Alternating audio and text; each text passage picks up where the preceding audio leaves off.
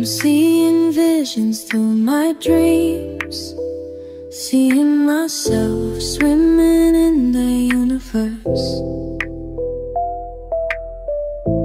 My ancestors gave me gifts to read cards, predict and heal. My name is Daphne, but spirit calls me bye-bye love.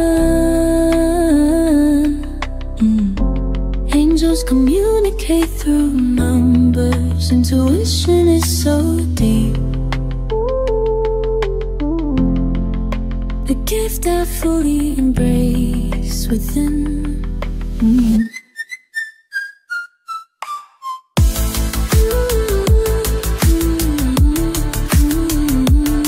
Na-overwhelmed daw siya sa pagmamahal na binibigay mo.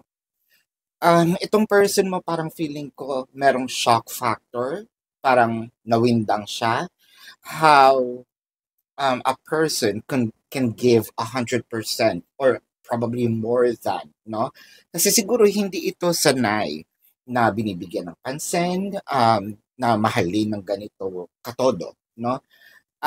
It felt like parang may takot na na-feel ito kasi I think it has something to do with a childhood trauma, no? Kasi parang iniisip niya kapag may saya, laging may kapalit na hindi magandang mangyayari. Or it felt like baka kasi merong hidden agenda, no? Itong porket binibigyan ng feeling niya inuuto or kaya siya binibigyan ng magandang treatment dahil may kailangan sa kanya na hindi pwedeng hindian sa mga susunod na panahon.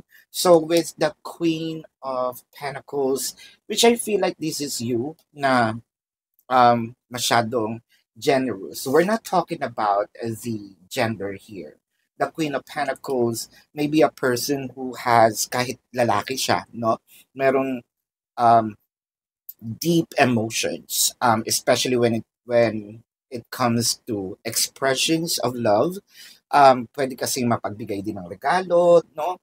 So parang na-feel nitong taong to, ay sandali, kung hindi man ito regalo, attention, affection, nila-love bomb ba ako? Nitong taong ito, nakakatakot. So, with the Ten of Swords, that makes sense. Kung makikita mo, so shock na shock siya na, sandali, meron ba talagang taong ganito, no? Ganito magmahal.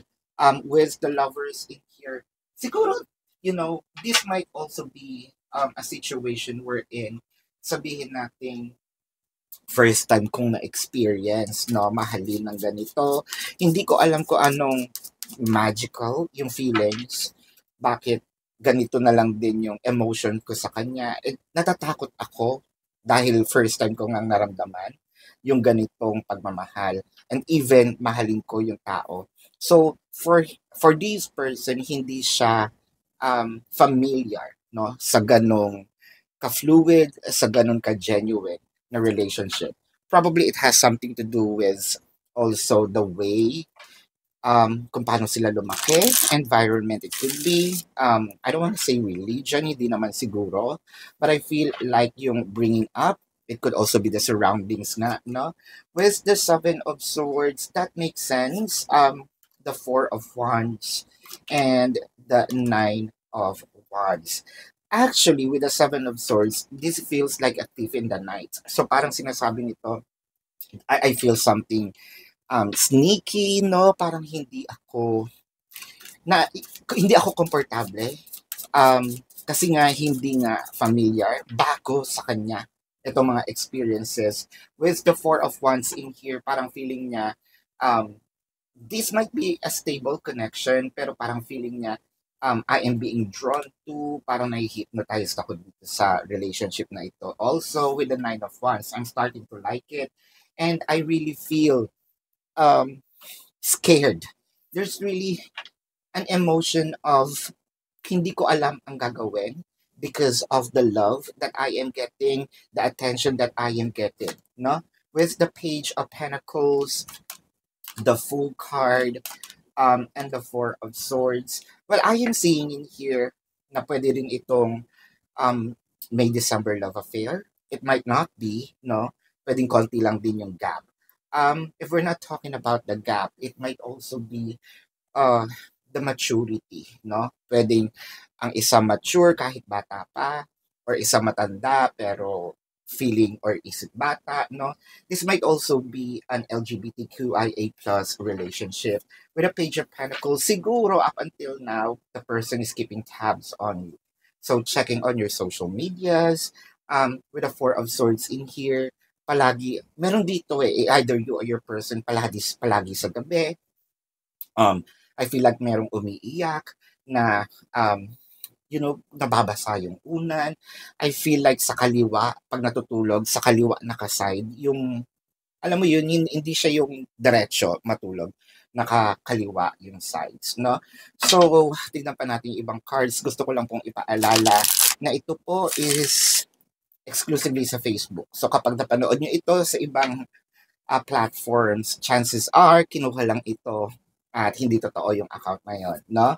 So, please be vigilant. And by the way, kung gusto nyo i-support yung channels, pwede po kayong mag-subscribe dahil for only 99 pesos, no? Ang ganda kasi meron akong mga i-release na products, by the way. Yung mga ganito. Tsaka ko na sasabihin na, ito yung mga abundance, parang hindi siya oil, parang mist, or hindi naman din siya pabango. It could attract your abundance, no? I will be also doing lives, so only for subscribers, and I am also, makikita nyo dun yung mga perks na kapag nag-comment kayo sa mga videos, nandun po yung highlighted, no? Makikita nyo ibang-iba yung inyong names. So, those proceeds will be for the new decks, ibang setup naman, no?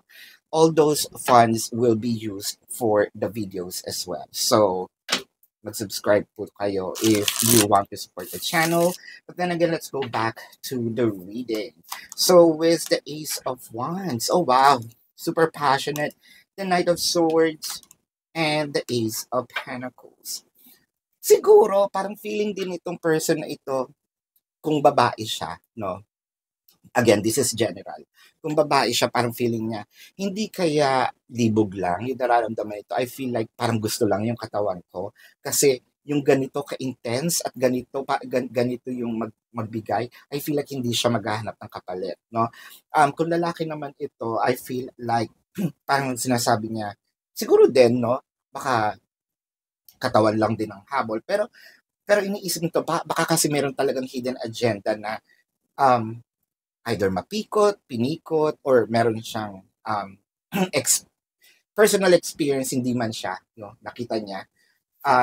Although meron din talaga dito with the Ace of Pentacles na parang sinasabi niya, gusto ko ding i-try, gusto ko ring i-risk. Kaso natatakot ako.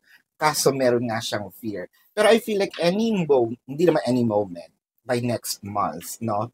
Chances are may somehow either pagpaparamdam or mga ibibigay na sabihin natin hints si person na okay na, pwede na rin. With the King of Swords, the Ten of Cups, uy, ang ganda, and the Three of Cups. So, it may be, for a few numbers of you, no, this is also a timeless reading kung kailan nyo napanood. Either in 3 weeks by next month or by October, I feel like ipoprotect niya na itong relationship.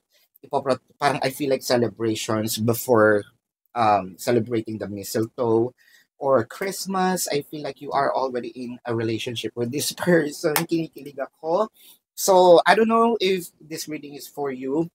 Let's check the zodiac sign. I-comment nyo yung zodiac sign nyo and yung zodiac sign ni person. I feel like makikita nyo yung synchronicities kasi meron kayo magiging magkakatulad, no?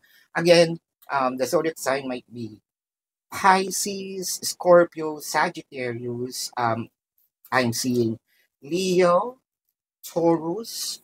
I'm seeing Virgo, Aries. I am seeing Gemini and Capricorn. So this is your reading. Love and light to you. Namaste. See you po sa susunod. Goodbye! You want the